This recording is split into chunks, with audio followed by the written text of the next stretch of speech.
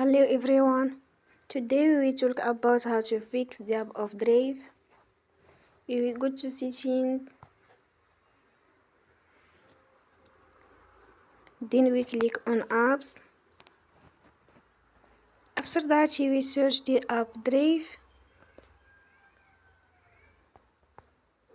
and we click. They will on for stop. After that we will go to storage. Then we click on the clear cache. You will go to Play Store and you will update your app. Don't forget to support us by like and subscribe. See you next time and thank you for watching.